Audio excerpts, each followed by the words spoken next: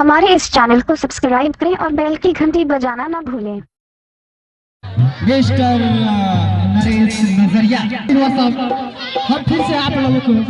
प्रदान करता हूँ। फिर से हम एक सरस्वती वंदना जे भोजपुरी बा बैठ जाओ कहता पूजा से हर साल होला और इस साल भी और आगे भी हुई ऐसे ही कहता कि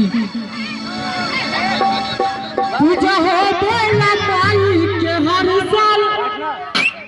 पूजा हर साल होला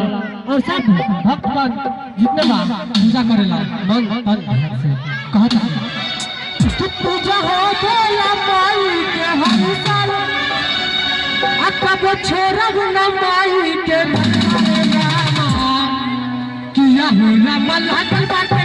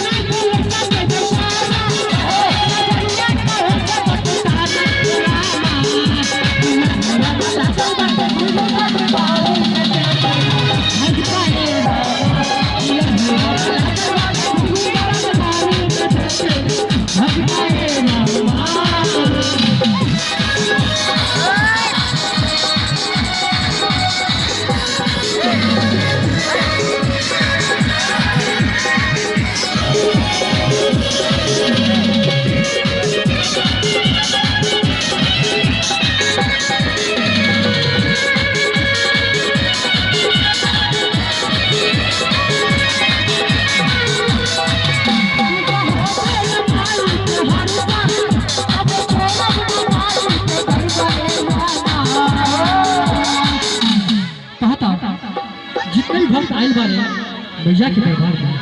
प्लीज आप सब दोनों हाथ उठाइए, दोनों हाथ उठा ताली बजाइए और